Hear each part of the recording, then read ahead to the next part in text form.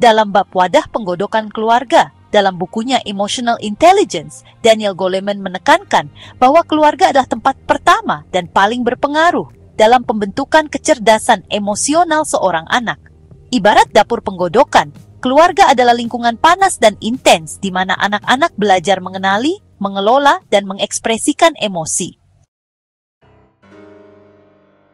Perbantahan yang menyakitkan yang sering terjadi antara kedua orang tua, jika sering sekali terulang selama masa kanak-kanak, akan menimbulkan sejumlah pesan emosional paling mendasar seumur hidup bagi seorang anak. Hal itu juga akan menjadi pelajaran yang dapat menentukan arah kehidupannya kelak. Kehidupan keluarga merupakan sekolah pertama kita untuk mempelajari emosi. Dalam lingkungan yang akrab ini, kita belajar bagaimana merasakan perasaan kita sendiri dan bagaimana orang lain menanggapi perasaan kita. Kita belajar bagaimana berpikir tentang perasaan dan pilihan-pilihan apa yang kita miliki untuk bereaksi, serta bagaimana membaca dan mengungkapkan harapan rasa takut. Pembelajaran emosi ini bukan hanya melalui hal-hal yang diucapkan dan dilakukan oleh orang tua secara langsung kepada anak-anaknya, melainkan juga melalui contoh-contoh yang mereka berikan sewaktu menangani perasaan mereka sendiri atau perasaan yang bisa muncul antara suami dan istri. Ada orang tua yang berbakat sebagai guru emosi yang sangat baik, ada yang tidak. Ada ratusan penelitian yang memperlihatkan bahwa cara orang tua memperlakukan anak-anaknya berakibat mendalam dan permanen bagi kehidupan emosional si anak. Tetapi, baru belakangan ini terdapat data kuat yang memperlihatkan bahwa mempunyai orang tua yang cerdas secara emosional itu sendiri merupakan keuntungan yang sangat besar bagi seorang anak. Cara-cara yang digunakan pasangan suami istri untuk menangani perasaan-perasaan di antara mereka memberikan pelajaran-pelajaran ampuh kepada anak-anak mereka, karena anak-anak adalah murid yang pintar, yang sangat peka terhadap transmisi emosi yang paling halus sekalipun dalam keluarga. Ketika tim riset yang dipimpin oleh Carol Hooven dan John Gottman dari University of Washington melakukan mikroanalisis mengenai interaksi pada pasangan suami istri tentang bagaimana pasangan itu mendidik anak-anaknya, tim itu menemukan bahwa pasangan yang secara emosional lebih terampil dalam pernikahannya juga merupakan pasangan yang paling berhasil membantu anak-anaknya menghadapi perubahan emosi. Sejumlah ayah dan ibu suka memaksa, kehilangan kesabaran menghadapi ketidakmampuan anak, meninggikan suara dengan nada mencemooh atau putus asa. Bahkan ada yang mencap anaknya tolol. Namun, orang tua lainnya bersikap sabar terhadap kesalahan yang dibuat anak, membantu anak mencoba permainan menurut caranya sendiri, bukannya memaksakan kehendak mereka. 3 gaya mendidik anak yang secara emosional pada umumnya tidak efisien adalah sama sekali mengabaikan perasaan anak, terlalu membebaskan, dan menghina dengan tidak menunjukkan penghargaan terhadap perasaan anak. Tetapi, ada orang tua yang memanfaatkan situasi kemarahan anak dengan bertindak mirip pelatih atau guru di bidang emosi. Mereka menanggapi perasaan anak dengan cukup serius untuk berupaya memahami apa sebenarnya yang membuat mereka marah dan menolong anak menemukan cara-cara positif untuk menenangkan perasaan. Agar orang tua menjadi pelatih efektif di bidang ini, mereka harus mempunyai pemahaman yang cukup baik tentang dasar-dasar kecerdasan emosional. Salah satu pelajaran emosi yang mendasar bagi seorang anak adalah bagaimana membedakan perasaan. Seorang ayah yang tidak merasakan kesedihannya sendiri, misalnya, tidak mungkin menolong putranya memahami perbedaan antara sedih karena seseorang meninggal, sedih karena menonton film yang mengharukan, dan kesedihan yang muncul bila sesuatu yang buruk terjadi pada seseorang yang disayangi oleh anak. Selain perbedaan ini, terdapat pemahaman-pemahaman yang lebih canggih. Misalnya, amarah seringkali dipicu oleh perasaan sakit hati. Sewaktu anak-anak tumbuh, pelajaran-pelajaran emosi khusus yang siap mereka terima berubah-ubah. Pelajaran dalam hal empati dimulai pada masa bayi. Pada masa ini, orang tua menyetalakan diri dengan perasaan bayinya. Meskipun beberapa keterampilan emosional tertentu diasah dengan teman-teman selama bertahun-tahun, orang tua yang terampil secara emosional dapat sangat membantu anak dengan memberikan dasar keterampilan emosional berikut, yaitu belajar bagaimana mengenali, mengelola, dan memanfaatkan perasaan-perasaan. berempati, dan menangani perasaan-perasaan yang muncul dalam hubungan-hubungan mereka. Dampak pendidikan keluarga semacam itu terhadap anak-anak sangatlah luas. Tim dari University of Washington telah menemukan bahwa bila dibandingkan dengan orang tua yang tidak terampil menangani perasaan, orang tua yang terampil secara emosional memiliki anak-anak dengan pergaulan yang lebih baik dan memperlihatkan lebih banyak kasih sayang kepada orang tuanya, serta lebih sedikit bentrok dengan orang tuanya. Selain itu, anak-anak ini juga lebih pintar menangani emosi, lebih efektif menenangkan diri saat marah, dan tidak sering marah. Secara biologis, anak-anak itu juga lebih santai dan memiliki kadar hormon stres dan indikator fisiologis pembangkitan emosi yang lebih rendah. Keuntungan-keuntungan lainnya bersifat sosial, yaitu anak-anak ini lebih populer dan lebih disukai oleh teman sebayanya, dan oleh para guru, dianggap anak yang lebih pandai bergaul. Orang tua dan guru mereka pun menilai anak-anak ini tidak banyak mempunyai masalah tingkah laku seperti kasar atau agresif.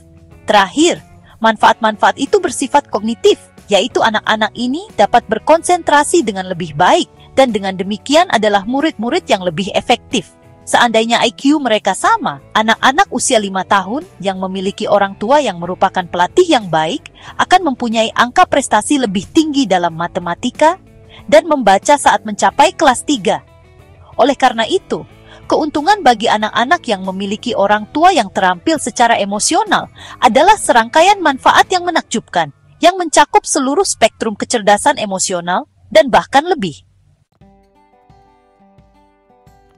Heart Start. Kesempatan pertama untuk membentuk unsur-unsur kecerdasan emosional terletak pada tahun-tahun paling awal, meskipun kemampuan ini terus terbentuk sepanjang masa sekolah. Kemampuan emosional yang diperoleh anak dalam kehidupannya kemudian hari bergantung pada kemampuan paling awal itu. Dan kemampuan ini merupakan dasar yang sangat penting bagi semua pelajaran. Sebuah laporan dari National Center for Clinical Infant Programs menyatakan bahwa keberhasilan di sekolah bukanlah diramalkan oleh kumpulan fakta seorang anak atau kemampuan dininya untuk membaca, melainkan ukuran-ukuran emosional dan sosial, yaitu tahu pola perilaku apa yang diharapkan orang lain, dan bagaimana mengendalikan dorongan hati untuk berbuat nakal, mampu menunggu, mengikuti petunjuk, dan mengacu pada guru untuk mencari bantuan, serta mengungkapkan kebutuhan-kebutuhannya saat bergaul dengan anak-anak lain. Kesiapan seorang anak untuk masuk sekolah bergantung pada hal yang paling dasar di antara semua pengetahuan, yaitu bagaimana belajar. Laporan itu mendaftar 7 unsur utama kemampuan yang sangat penting ini dan semuanya berkaitan dengan kecerdasan emosional. 1. Keyakinan, perasaan kendali dan penguasaan seseorang terhadap tubuh, perilaku, dan dunia. Perasaan anak bahwa ia lebih cenderung berhasil daripada tidak dalam apa yang dikerjakannya, dan bahwa orang-orang dewasa akan bersedia menolong. 2. Rasa ingin tahu. Perasaan bahwa menyelidiki segala sesuatu itu bersifat positif dan menimbulkan kesenangan. 3. Niat, hasrat dan kemampuan untuk berhasil dan untuk bertindak berdasarkan niat itu dengan tekun. Ini berkaitan dengan perasaan terampil, perasaan efektif. 4. Kendali diri, kemampuan untuk menyesuaikan dan mengendalikan tindakan dengan pola yang sesuai dengan usia, suatu rasa kendali batinia. 5. Keterkaitan, kemampuan untuk melibatkan diri dengan orang lain berdasarkan perasaan saling memahami. 6. Kecakapan berkomunikasi, keyakinan dan kemampuan verbal untuk bertukar gagasan, perasaan, dan konsep dengan orang lain. Ini ada kaitannya dengan rasa percaya pada orang lain dan kenikmatan terlibat dengan orang lain, termasuk orang dewasa. 7.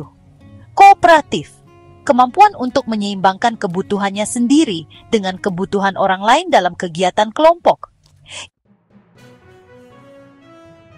Apakah seorang anak pada hari pertamanya di taman kanak-kanak sudah membawa kemampuan-kemampuan ini atau belum? Akan sangat bergantung pada seberapa jauh orang tuanya membekali anak ini dengan jenis perhatian Heart Start, yang dalam segi emosi setara dengan program Head Start. Memperoleh dasar-dasar emosional. Katakanlah seorang bayi umur 2 bulan terbangun pada jam 3 dini hari dan mulai menangis. Ibunya datang dan selama setengah jam berikutnya, bayi itu menyusu dengan nyaman di pelukan ibunya. Sementara si ibu menatap bayi tersebut dengan penuh kasih sayang, menyatakan betapa bahagia ia melihat bayinya itu, meskipun di tengah malam. Sang bayi, karena nyaman dalam limpahan kasih ibunya, kembali tertidur. Sekarang, andaikan ada seorang bayi yang berusia 2 bulan, yang juga terbangun dan menangis di tengah malam, tetapi dihadapi oleh seorang ibu yang tegang dan marah, yang baru tertidur 1 jam sebelumnya setelah bertengkar dengan suaminya. Si bayi mulai tegang pada saat ibunya dengan tiba-tiba mengambilnya, seraya berkata, "Diamlah, ibu tak tahan menghadapi masalah lagi, ayo cepat." Sewaktu bayi itu menyusu, ibunya memandang ke depan dengan pandangan kosong, tidak menatap si bayi. Pikirannya melayang ke pertengkarannya dengan suaminya, dan menjadi semakin jengkel ketika ia mengingatnya. Si bayi, ketika merasakan ketegangan ibunya, menggeliat menjadi kaku dan berhenti menyusu. "Cuma segini yang kamu habiskan?" kata ibunya. "Kalau begitu, tidak usah menyusu." Dengan sikap kasar yang sama, ia menaruh si bayi ke buayan dan berlalu, membiarkan si bayi menangis sampai bayi itu jatuh tertidur karena kelelahan. Kedua skenario itu disajikan dalam laporan National Center for Clinical Infant Programs sebagai contoh-contoh jenis interaksi yang apabila terulang terus-menerus akan menimbulkan perasaan-perasaan yang sangat berbeda pada seorang bayi tentang dirinya sendiri dan hubungan-hubungannya yang paling dekat. Bayi yang pertama belajar bahwa orang itu dapat dipercaya untuk memperhatikan kebutuhannya dan diandalkan bantuannya, dan bahwa ia dapat bersikap efektif untuk memperoleh bantuan. Bayi yang kedua menemukan bahwa sebetulnya tak ada orang yang peduli, bahwa orang lain tak dapat diandalkan, dan bahwa usaha-usahanya untuk memperoleh penghiburan akan menemui kegagalan. Tentunya, kebanyakan bayi setidak-tidaknya pernah merasakan kedua interaksi itu. Tetapi, bila perlakuan-perlakuan tersebut sudah menjadi kebiasaan orang tua dalam memperlakukan anaknya selama bertahun-tahun, pelajaran emosi dasar tentang betapa amannya seorang anak di dunia ini, betapa efektifnya ia merasakan, dan betapa dapat diandalkannya orang-orang lain akan tertanam dalam diri anak. Dalam istilah Erik Erikson, apakah anak merasakan kepercayaan dasar atau kejuan dasar? Pembelajaran emosi semacam itu dimulai pada saat-saat paling awal kehidupan dan terus berlanjut sepanjang masa kanak-kanak. Semua pergaulan kecil antara orang tua dan anaknya mempunyai makna emosional tersembunyi. Dan dalam pengulangan pesan-pesan ini selama bertahun-tahun, anak-anak membentuk inti pandangan serta kemampuan emosionalnya. Seorang gadis kecil yang mendapati kesulitan mengisi teka-teki dan minta ibunya yang sibuk untuk menolongnya mendapat suatu pesan, bila jawabannya adalah rasa senang yang di pihak ibu atas permintaan tersebut, dan mendapat pesan yang sangat berlainan bila jawabannya adalah bentakan pendek, "Jangan mengganggu, ibu sedang repot."